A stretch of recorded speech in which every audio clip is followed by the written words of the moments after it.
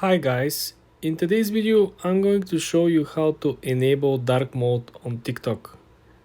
It's very easy guys, very simple. Let's launch the TikTok app first and click on the lower right corner where you see your profile icon, okay?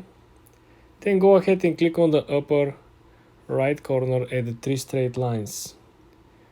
Then click on settings and privacy. When you're over here guys, you want to make sure that you understand what is the next step. You need to scroll down to the section that is very important. Click on display, okay, and then you can switch between light mode and dark mode. Very obvious. What is not obvious is that the third option underneath is the use of the device settings default, meaning what current theme I have on my iPhone will be the same one if I click on this option.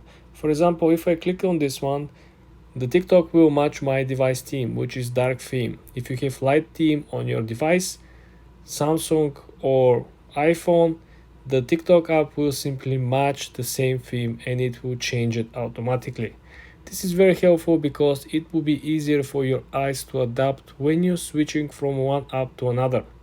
This is why all my social medias, all my themes are all in the same color, so this will make it easier for me and for my eyes to adapt to the change of colors.